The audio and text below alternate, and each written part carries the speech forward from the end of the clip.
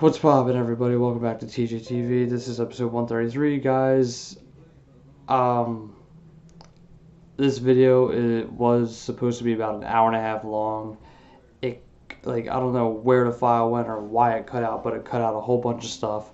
But I do want to thank Joe Frantz for, letting me, give him an interview and all that stuff. I will explain a little bit after video where we left off and what we talked about afterwards and what he's up to. Um, Once again, I am sorry for all my stuff cutting out. I don't know why my laptop was acting up really badly. But I lost a good half hour. I lost a good half hour worth of footage and interview stuff. But like I said, I'm deeply sorry. So here's the interview right now. Hope you enjoy it, and I'll talk to you guys after once it's over. So yeah.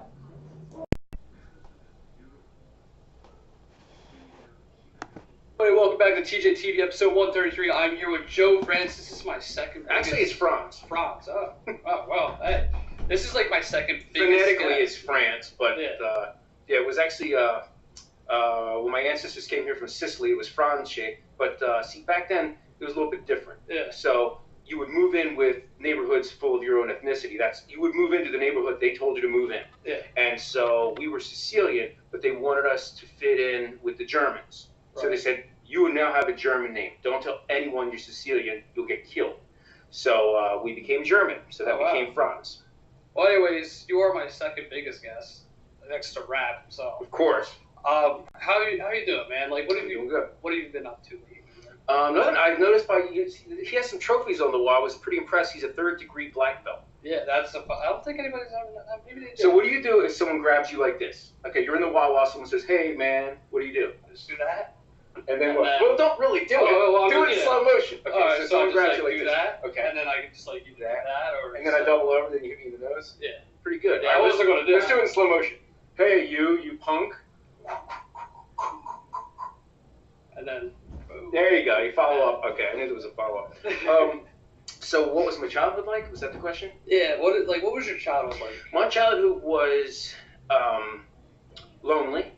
I was for some reason I was never allowed to leave the house. My parents had a fear that I would get murdered, and I didn't know there were any other kids my age in my neighborhood. And I watched a lot of television. Okay. And then when I went to grade school, when I was in 7th grade, the kid next to me in class, his name was Robert Kleiner, and we had to write a little bit about ourselves, and our teacher said, write about what you want to do when you get older. And he wrote that he wanted to be a filmmaker. And I was like, you're allowed to just be a filmmaker? Like, you're allowed to do that? Like, I didn't know. And he was like, yeah, I guess people do it. So I wrote that down, and then took me a long time to reach that goal. But I ended up achieving that goal, and that's about the size of it. I grew up in an abusive household. My father was a very angry person. There was a lot of screaming and some violence. So as I grew older, I never wanted to have a life where there was a lot of stress. Right. I always wanted to have relationships that were very productive and very healthy. So naturally, I gravitated towards people who like to work hard and be creative. Oh wow. Yeah. So did you go to school like when you wanted to do a film? Did you go to Temple? Yeah. So I graduated from really high, and then I went to Temple University because see back then it was crazy. There was no internet, right? Right. So you didn't know I didn't know that there was like UCLA. I didn't know there was like USC. Like I didn't know there were film schools. I didn't know that there was NYU. I knew that there were 2 schools that offered film. One was, I think it's Syracuse, and the other one was Temple. Right. That was it. My teacher was like, you have 2 schools that offer film. Because the guidance counselor who was supposed to advise you on this stuff, they didn't know about those other schools. Right. Because they weren't used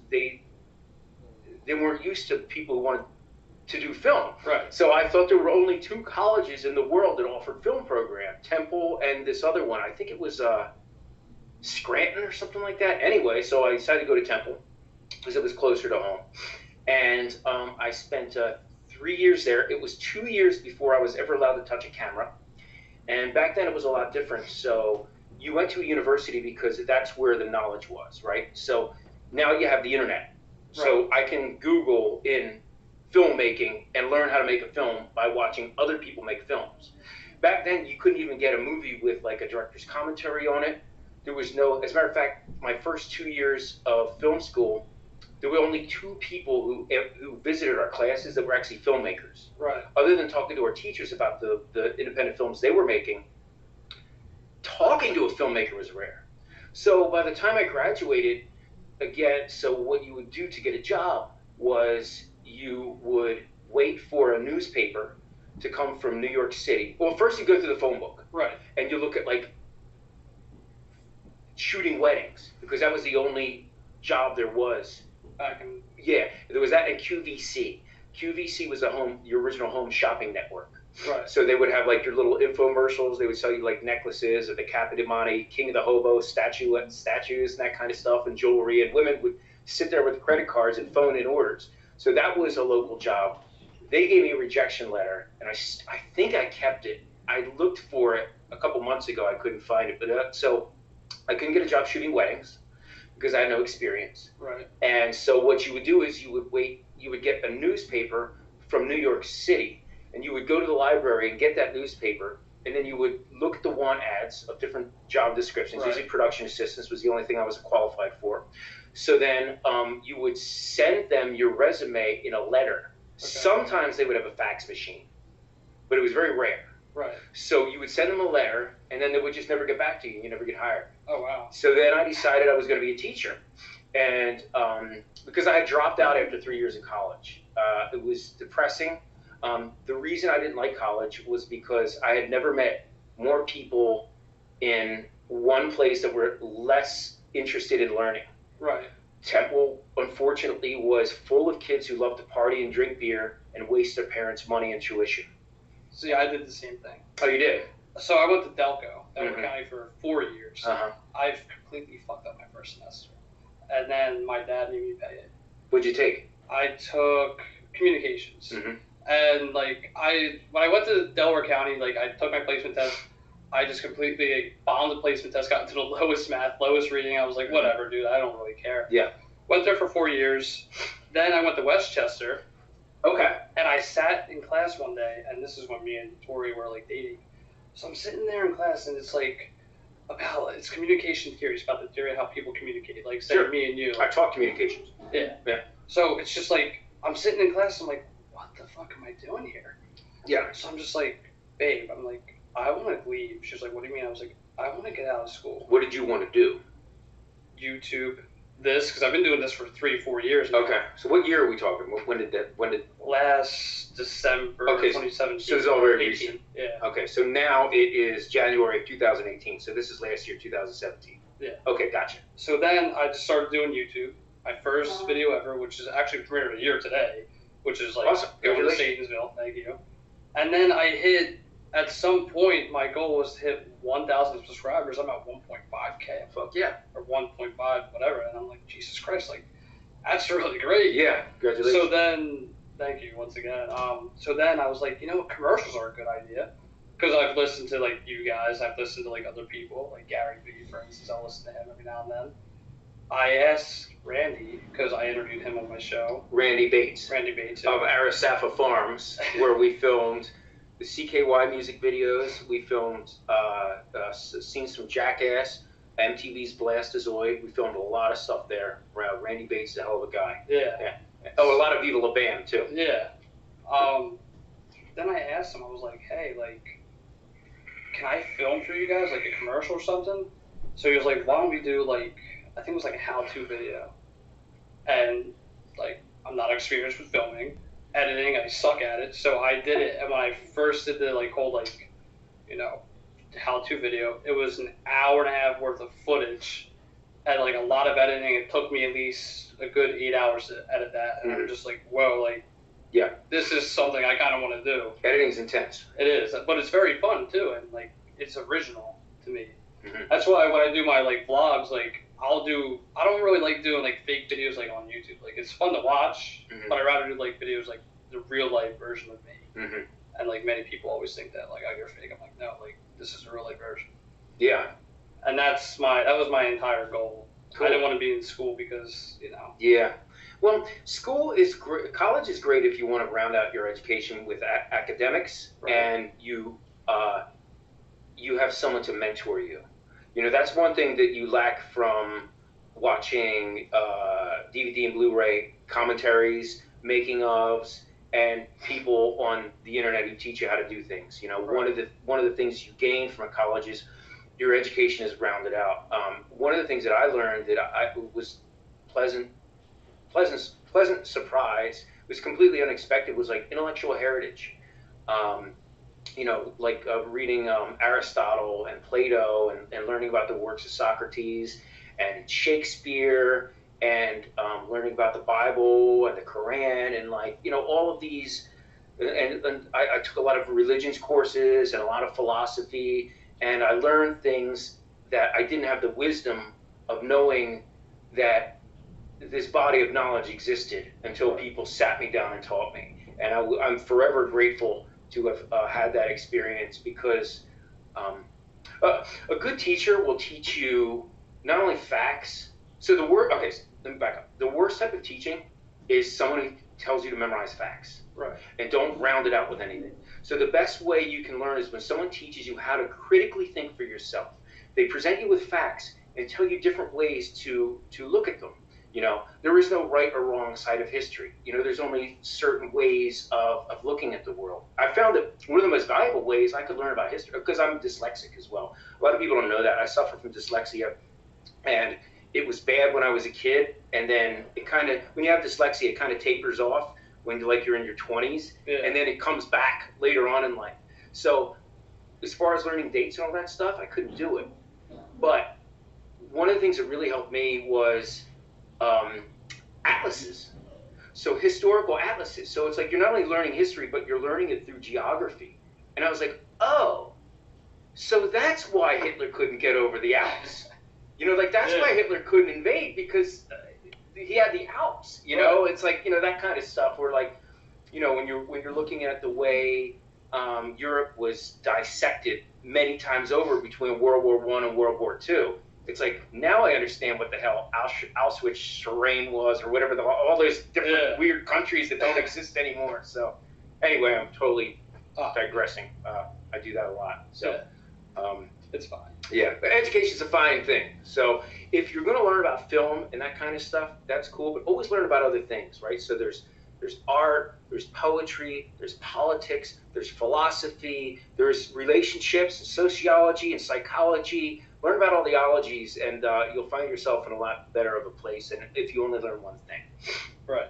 I did take a film class at Delaware County, though. Oh, yeah? It was called film language. So it was basically, we had to like memorize the shots, the angles, bird's eye view, what's the other one? I can't remember. Anyways, but like we had to watch scenes from movies. Like for one movie, it was called The Sixth Sense. Mm-hmm. I forget what scene it was, but we had to watch like a scene there and like talk about the shots that they did, and then we had to do the same thing for Raging Bull and Rocky IV. We had to compare them and contrast. That's awesome. And like that was a real fun class. Yeah, that's super helpful. And it was online though, but I like classes online because I feel like I could be more independent like that. But I learned a lot just from like that class. Mm-hmm. And I think that's where the filming got started with me. Mm-hmm. And I'm guessing that's what I'm kind of want to go for now. Mm-hmm. Like, because I have so many things I want to do, but like film seems more like, it's just like more creative. You have like a lot of creativity, and you could like, you know, build yourself up. Yeah, you can express yourself through film a lot differently than any other medium, for sure. You know, one of the things about film is now that's very interesting with the advent of all these new technologies. You see, when I was a kid, it was astronomically expensive. Yeah. So nowadays, for the price of one semester at college, you can buy your whole a film studio. Right. You can buy even if it's a webcam. This Logitech webcam you have here, this little thing is like 10 times the quality of the VHS that we had access to. Right. So that's why I learned how to shoot motion picture film. That was the thing. It's like it was astronomically expensive. for every 1 minute of film that rolled through that camera, it's $100. Yeah, I remember. I heard something like that. Crazy. So I learned so everyone has to have a niche. So my niche was, if I learned how to shoot film and I learned how to do it better than anyone in town, I could probably make something happen out of it, you know. So I was 26 by the time anyone would hire me. So I got a job at a photo mat. See, back then you would take a picture in a camera, Right. and then you get a roll of film. Then you take the film to a chemical lab, they were called photomats or Camera Shop Incorporated, and you would get it developed and you would get prints. I was the dude who did that, and that's how I learned negatives. So I was getting paid about $7 an hour, Right. in order to learn this medium. Then I got a job at NFL Films. Then I made a reel, and then all of a sudden, I got my first indie job when I was 26, and by 28, I was traveling the world shooting film. Right. So it paid a lot of dues. So how old were you when you started? Well, actually, I want to back up for that. I heard on the Bathroom Break podcast, I believe, you went to some, they were filming something. I can't remember the movie. But you went and filmed, and you said you were I think you were like an intern. You lied to say you were an intern. You had to go to the bathroom, and then you. Oh, that was Chasing Amy. Chasing Amy. Yes, so that was Kevin Smith's Chasing Amy. So I was. It's weird. I didn't tell the story for fucking years till I went on Rab's Bathroom Break podcast. Yeah. But I went and I told it by accident. It's always something I never thought about sharing with anyone. But anyway, so I had never worked in film before. I believe I was 23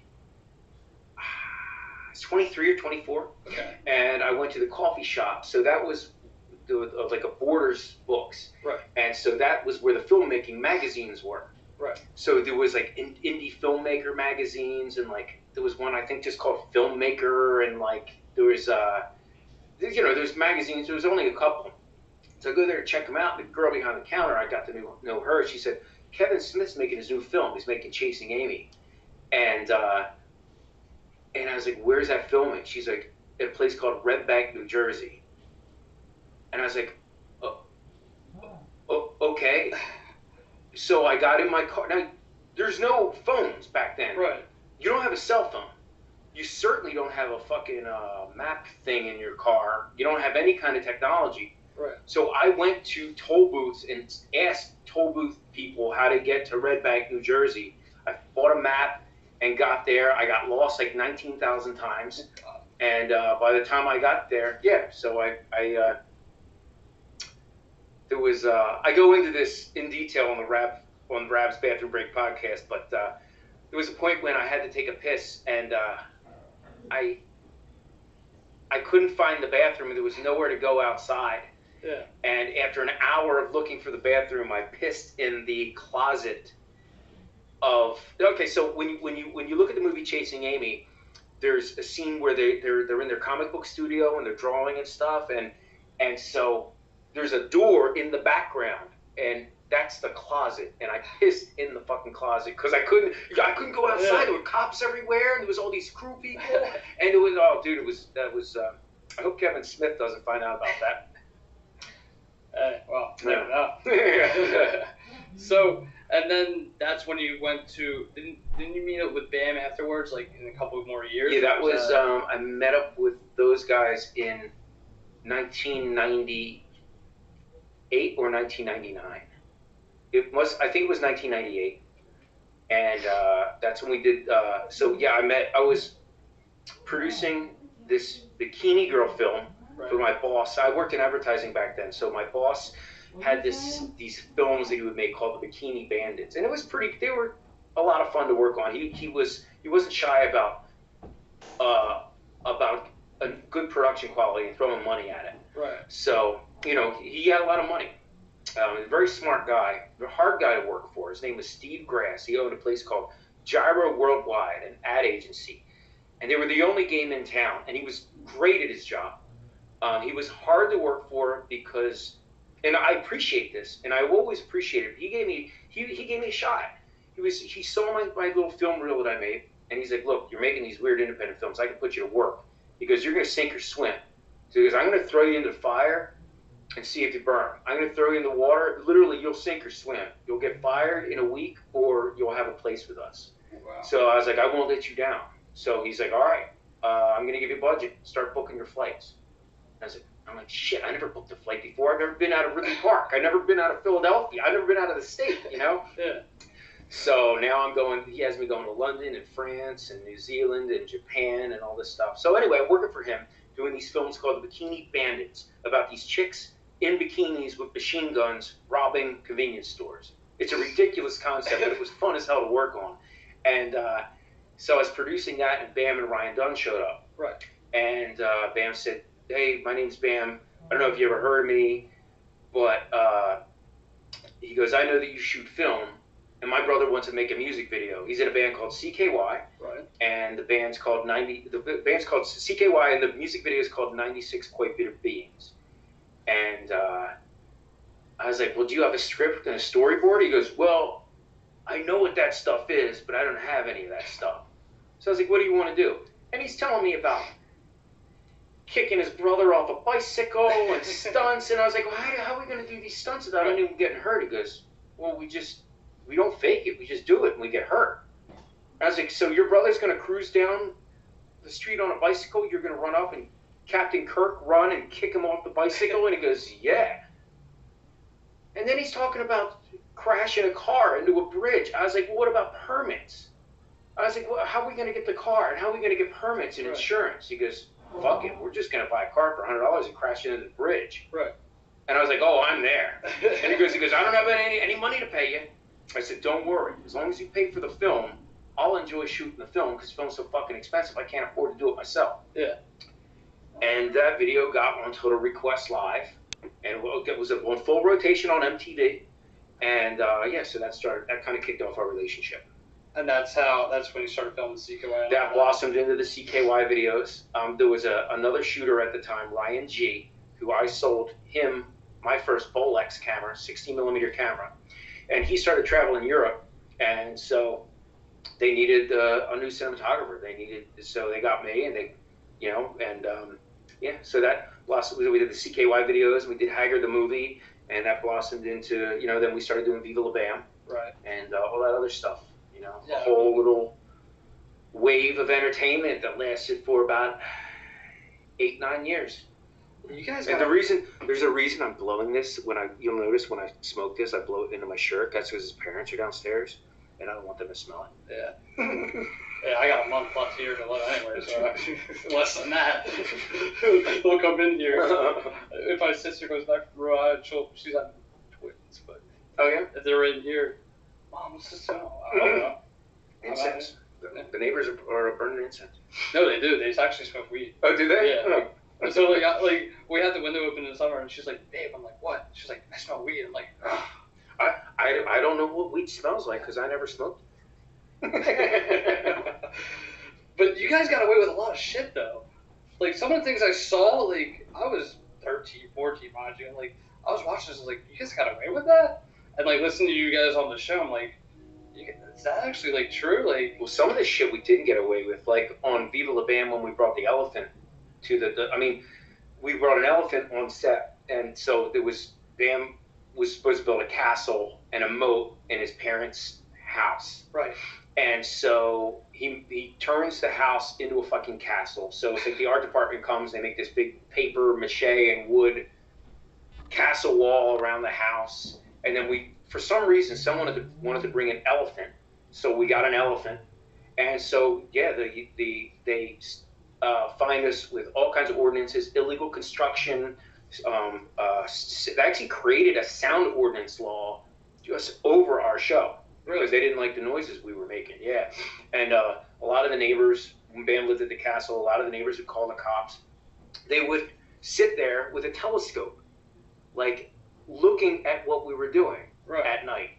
And there's naked girls in the pool, we're drinking, we're smoking weed and all this stuff. And they would be like, I'm so offended at what I am seeing. It's like, well, put down the telescope. So then they call the cops. It was a mess. But some of the stuff we did get away with. Like when we did CKY3, we rented a 35mm camera. Right. Now, you're talking expensive. So it's not $100, it's $200 for every minute of film that goes through there. So we got to lay the hammer down because we only had it for 2 days. Right. So the camera is this big. It weighs like 40 pounds. And so we wanted to do a shopping cart slam sequence. Right. All in 35 millimeter film. So we literally went from, and what's the one place you're going to have a shopping cart? And that's the grocery store. Right. So we went from grocery store to grocery store. So at first, and cell phones were new back then, and people were dying to use them. So it's like they would see us do it, they'd call the cops. And it's like, we're not hurting anybody, we're hurting ourselves. Yeah. We call the cops for it. So then we'd see the cops come in the parking lot. So we'd all jump in different vehicles and scoot out the back, because there's always 2 entrances and exits to every grocery store. Right. So one thing cops love to do is stick together. I don't know why they do it. When cops come get you, they always come together. Like, they never, not one cop will ever radio to his buddy, hey, you go in the front, I'll go in the back, we'll block them in. Yeah. No, they want to pull up like a parade procession. It's crazy. So every place we went to, by the time we got to the next grocery store, Right. there were more cop cars. By the end of the day, there was a parade of a dozen local police, township, borough, and state trooper cars coming to get us. And we could see them from a mile away. So we do a shopping cart slam, we get it on film. Oh, here they come. Let's go out the back, guys. See you at the next place. It was that bad. yeah, we didn't get caught. It was amazing. But incidentally, cops love CKY.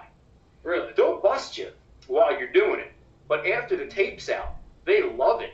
And if you ever get pulled over in traffic and they're like, "You're one of the dudes who put the CKY thing out," oh my God, that is so fun. Like, they love it. Yeah. It's crazy. But while you're doing it, it is their job to maintain order in the Right. community and arrest you while you're doing it. Yeah. But after it's out on film, they love it. Oh, yeah, that's how cops roll. Yeah. So then then you got into Jackass and filmed with them. Yep. What was that like?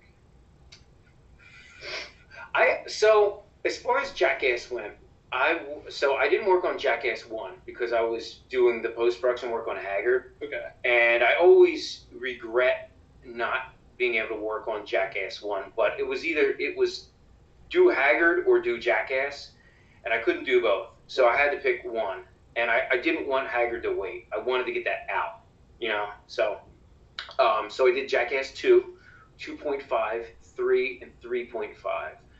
And Dimitri and Rick Cossack were the main filmer guys. So I was like a stringer. So it's like they kind of had their Jackass crew, and it was like, the LA guys, and then there was us, the Westchester guys. So we would come in, and it was like this weird. It was weird because like Steve-O and Novak kind of had a rivalry. Right. Because Steve-O was the Novak of the LA crew. Yeah. Novak was the Novak of our crew. So it's like those two always had a rivalry going over like who was going to get the best shots. And it was like, and you always had to be prepared on what's going on around you. Right. Like, so if you're holding a camera, so there's 2 things when you're filming with Jackass that you have to understand. There's 2 alternate universes. There's what you're filming and what you're really filming. Right. And you never know what you're really filming. So the joke could be on you. It's like you might think that you're filming Johnny Knoxville going to get kicked in the balls, but little do you know there's a dude coming up with a boxing glove behind your head and is going to punch you in the back of the head. Right. So whenever there's a camera pointed at you, even if someone's holding the camera like this and that lens is pointed at you, you got to be like this because they're filming something behind your back. Right. So I was never a victim to any of those pranks because having grown up, being a Philadelphia guy, you're always kind of aware. It's a violent city. Yeah, you're always aware of what's going around, and you don't really get distracted. That doesn't go away. I went to Academy Park, so like. Oh, okay. Imagine 2009. I went in. I was safe. My sister actually saved me from this. She was like, "All right, you guys better protect my brother." Da, da, da. Well, they didn't really protect me. They just like wanted me to go out and party and shit. But like, I would always be like looking around, like I still do. Even in Newtown Square, like because the guys I work with, they're just like getting out of high school. I'm just like, this could be bad. This could be really bad. So you can identify. So yeah, basically, like when we filmed Jackass 3, they have the Rocky gag, Right. which is you take a glass of water. So it's like you think you're being interviewed or something, or you think you're filming something, and someone comes up with a glass of water, splashes you in the face. You turn this way, then they punch you with a boxing glove on. So there was like 20 minutes where they were trying to get me. And so I would be like, I'm just going to keep them on the run. I'm going to act ignorant. Right. I'm going to act like I'm not onto it and then move at the last second and frustrate the hell out of them. So I would like stand there and like fiddle with the camera. You know, I kind of have like my peripheral vision on it and I could sense someone coming up. I'd be like messing with the camera. Then I'd be like, I'd look at the angle of the sun. I'd walk over here and act like I was taking a different angle. And then I could see him in the background going like, getting pissed off. Then it would come up and get behind me again. Then I'd be like, I'd look at the sun again and try and get a different angle, move over here. So it was, it was pretty fun. One of the things that was never, it was on camera, but we didn't use it for anything. And we always thought it was fucking Knoxville, Weeman, Preston, Danger Aaron, like the whole CKY crew. Right. I mean, the whole Jackass crew was there. And Brandon Novak was telling a story. So I did one of my favorite gags to him, and it's so simple. You take a long piece of grass, Right. and you pluck it out, and you kind of tap you stand behind them and you kind of tap their ear, and they, you know how you think when a bug's buzzing around your ear? And so he's telling this whole story about when he was in prison. And so he's like, yeah, so there I am, right? And then next thing, oh man, there's a lot of bugs here. So anyway, so now they're all laughing at him. Yeah. But he thinks they're laughing at his story. And so now that they're laughing, his self-confidence is getting greater and greater. And he's telling the story with more energy and more vitality. And they're laughing because he's self-confident. Now they're laughing at him for two reasons. One, he's getting pranked right behind him. But two, because he thinks that they love his story so much that that's what they're laughing at. And that lasted for about 10 fucking minutes. When he's just telling the story. And yeah, that's one of the things I always wish was a special feature. So did I just spit on you? No. No, my nose. It's allergies. Like, you know what I mean. My nose just like it's fogged up. No, but so that's the name of that tune. So what was it? So what was your childhood like? What religion are you? I think I'm Methodist. You're Methodist? Yeah. Yeah, I noticed there's a lot of churches around here. Yeah. This is like an old Victorian neighborhood so it's like a lot of this neighborhood was built in the late 1800s and the early 1900s, and they did a lot of supplemental building, I noticed, right around World War II, Right. when a lot of the manufacturing was big here, and there was a lot of people from down south moving here for the war effort. Yeah. So I noticed that with the architecture around here. It's a cool old neighborhood. Yeah, I like it. Yeah. It's kind of bad, kind of good. It depends on like this is the best neighborhood. Like my street, there were always kids growing up, and now that we're all old, just like no one's here. Yeah. But my childhood, I don't know. I blocked most of it out. No, it wasn't bad. I mean, like I grew up youngest out of two. I had an older sister and two older sisters, and pretty much like my sister who lives up in Rhode Island, she got away with everything. Oh, really? Yeah, and I wasn't even allowed. Like my mom barely let me out of the house. Like I didn't really have friends, and like until I went to karate, then I started hanging out with them. Then that's when high school like hit. Like I was like maybe like 14. That's when I started like hanging out with friends and stuff, getting girlfriends. Because like I was always girl crazy like as a kid. What's the biggest heartbreak you ever had? Oh, What was the first time? How old were you when you first had your heart broken? that's a tough one. So I dated this girl. I'm not gonna say her name. Don't say her name. Yeah. We were like 13, 14. We dated for like 2 years, and then she like broke up with me. I was like really devastated. I broke up with her because my family was getting too involved, and I didn't want to do that. And Oh, that's the worst. yeah. And then I was just like, I don't want to do this anymore. Yeah. So we broke up, and then I was like, I kind of feel like shit. Yeah. Yeah. God, I remember that. What about you? I first had my heart broken. I really loved. This is weird. I really loved this girl when I was in 6th grade. I fell in love with this girl, and like, dude, I loved her for like 3 years. Really? Yeah. And I never even held her hand. Yeah. So then, that was, I would say that was probably the biggest heartbreak of my whole life. Oh, It was wow. like, yeah, like liking that girl, that intense liking that girl so much, and it was like it never like worked out. Like as much as I would try and win her affection, it never worked out. Never worked out at Yeah. all. Other than that, I never really had my heart broken. It's weird. Like I've had girlfriends and where it just hasn't worked out, but I've always like accepted that pretty easy. I've always been pretty easy with breakups because I don't like arguing Yeah. and I don't like fighting. And for some reason, I pick women who love to argue and love to fight. So normally, so it's like as soon as there's like fighting or arguing, I'm out. Right. I'm just like, I don't want to do this. Like, I don't want to be with you. Didn't you have a crazy ex-girlfriend? They're all crazy. Dude, no, they're all, like, I'm not very good at picking, Good girl. at picking good girlfriends, man. I'm not. Like, I don't know what it is about me. So I just don't date anymore. I haven't dated for years. I mean, I haven't been on a date I was on a date a year and a half ago. Oh, really? That was the last time I was on a date. Oh, wow. Yeah. See, And before that, it was like, yeah, there's that one girl was probably like the only girl I've dated in like 4 years. See, I dated this girl, Ashley. We dated for 6 months. We broke up because like she was like kind of crazy. Well, turns out she went to my cousin. And Oh no! Oh man! It gets worse. So they're like, she was arguing with me. He was arguing with me. Don't look at my girlfriend. Da, da, da, da. We would get in the fights over everything. Don't look at my girlfriend. Yeah. I was like, she was mine first. So we would get in the fights, but like, to make a long story short, they're getting married, and we're the best of friends now Mm-hmm. Jealousy's always the worst thing, in a relationship. just in general. Yeah. Like jealousy will eat you alive. Jealousy is the worst thing to have in your life as a fixture in your personality.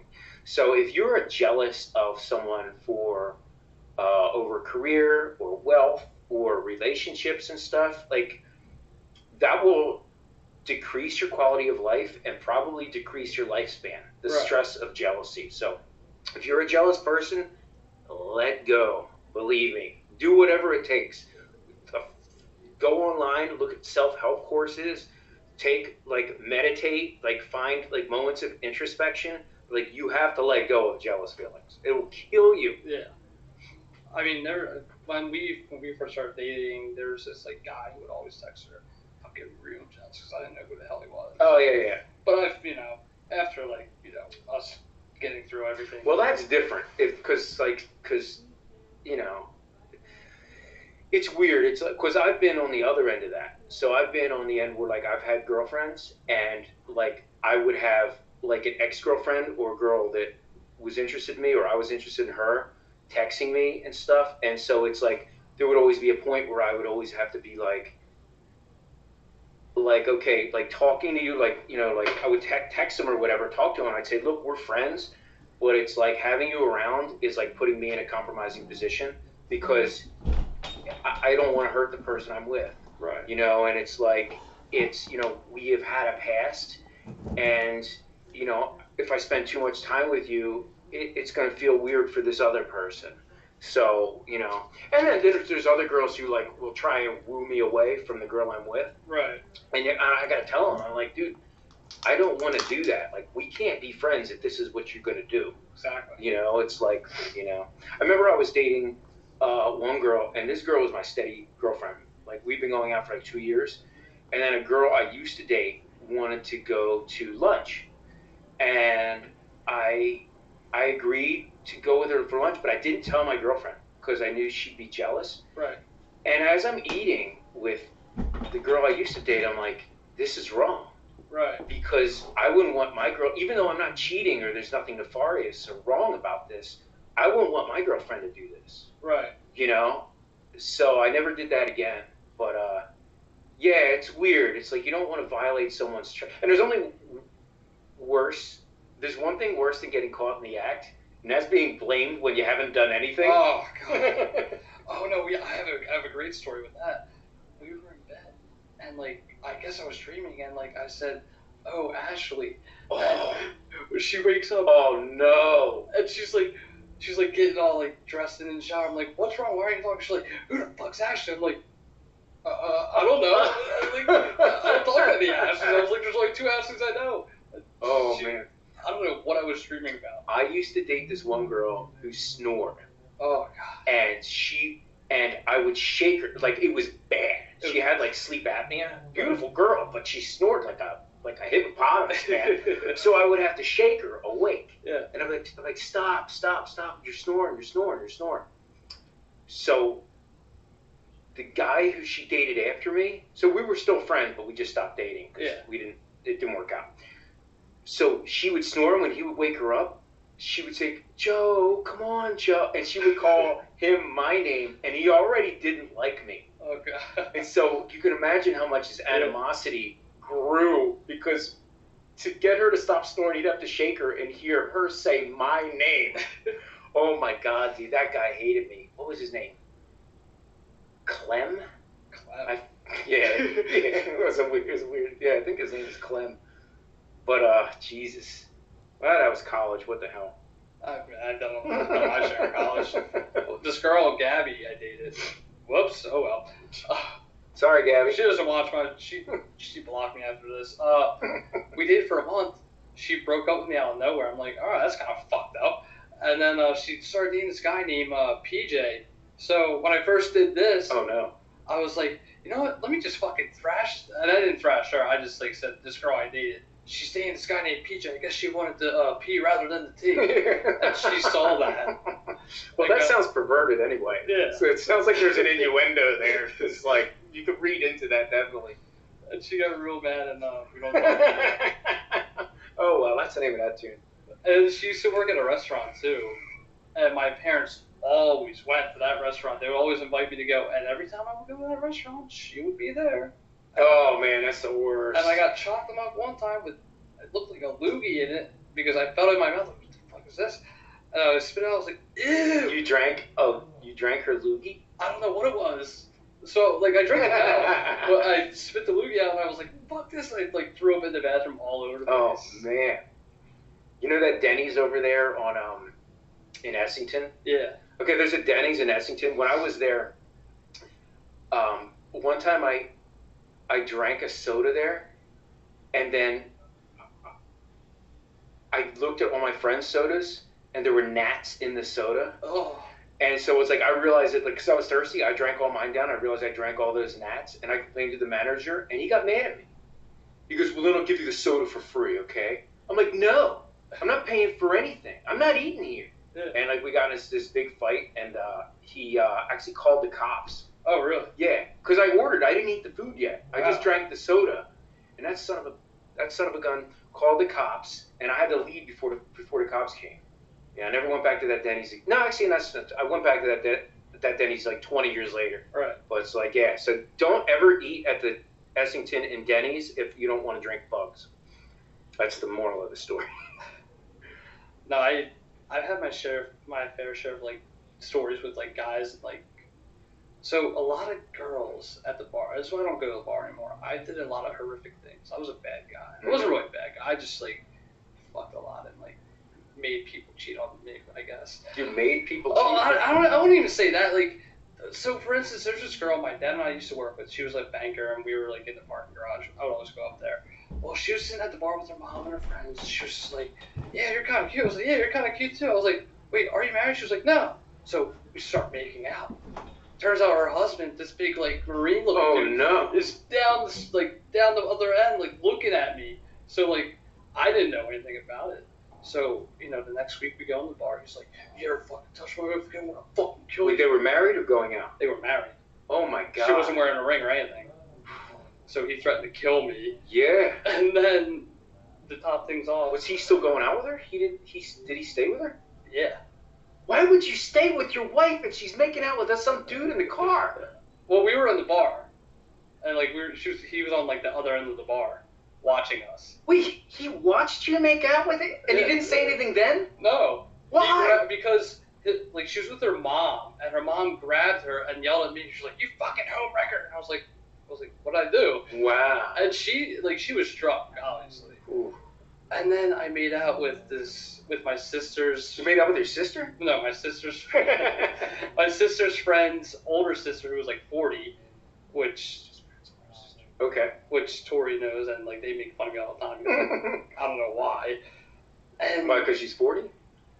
I guess they have some stories that I don't know. Oh, okay. And then I went to Barnaby's in Ridley, which Barnaby's, yeah. We went there. There's this girl. She was like, "You look like Mark Zuckerberg." I'm like, "Yeah, I am." And she was like, "What are you here for?" I was like, "I'm doing a new campaign. It's going to be called something with Facebook." So we wound up fucking in her back of her Tahoe. Oh no! And her friend catches us in the act. Thought you were Mark Zuckerberg? Yeah. But wait, you're not Jewish. You're Methodist. Yeah. Are you sure you're not Jewish? I don't know. I don't fucking know. But oh my god, yeah. Well, the worst thing, dude, I would never. It's actually like, it would be scarier to like, I don't. In all my years of like, I've never done anything like crazy, like as far as cheating and stuff goes. But like all the time. Okay, so I know a lot of guys who brag about all the women they've been with and everything, and like they always have stories about cheating, like with girls who have husbands. Yeah, I'm like, are you crazy? That's how people like when you read about a crime of passion, that's always how it happens. Right. The husband goes crazy when he finds a cheating wife and murders the dude, and then he normally only does 3 years in prison because it's a crime of passion. Yeah. No jury would convict you. That's crazy to me. I could never.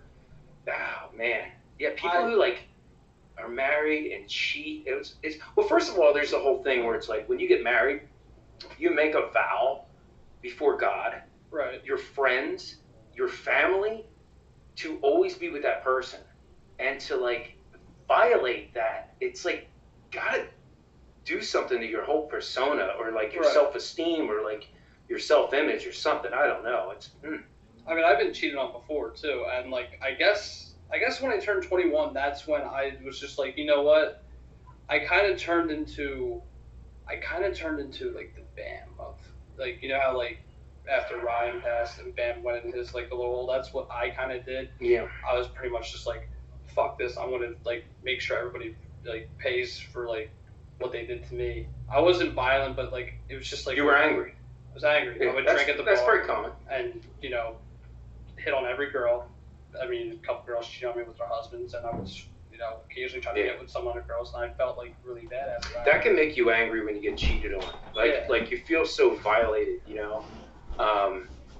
Yeah, that's happened to me. That's happened to me before, and it's just like, you know, cheating's another thing where it's like once that happens, relationship's over. Right. Like there's no like okay, like you're sorry, and I get that, but it's never going to be like it was, and you're probably going to do it again. Like, you know. And the other thing about people who get caught cheating is like, oh, I only did it this one time.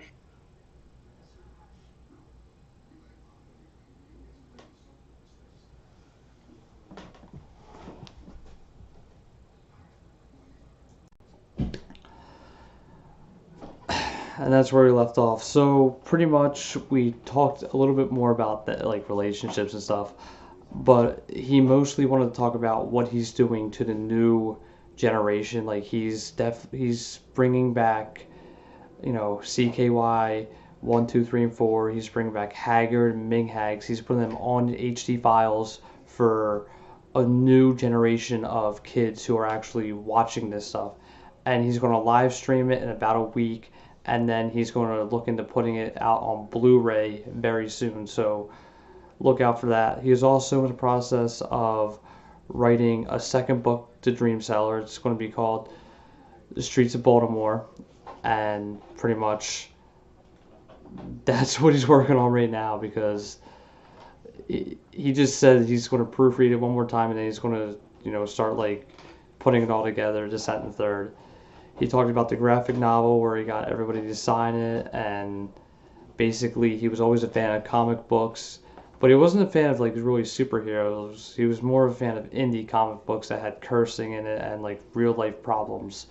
So that's what he really talked about.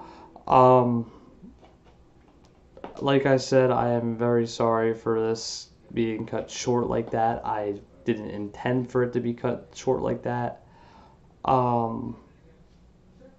Yeah. So maybe we'll do an interview again and we'll get more in depth with it when I'll just use like my actual camera. But I'm actually really upset that it got a little cut. But that's fine. Mistakes happen. I'm pretty sure a lot of files will get lost. I'm going to try to look for it at least like sometime this week. Yeah, that's really it. So if you guys are new to this, make sure you like and subscribe, turn on post notifications, and yeah. Hope you guys enjoyed this episode. This was my biggest guest yet, second biggest guest at that. I want to try to get more people on, more famous people on. We're going to try to do a whole bunch more, big things coming in 2019. I promise you that. So yeah, peace out, everybody. Hope you guys enjoy your weekend. Peace out, everybody. Later.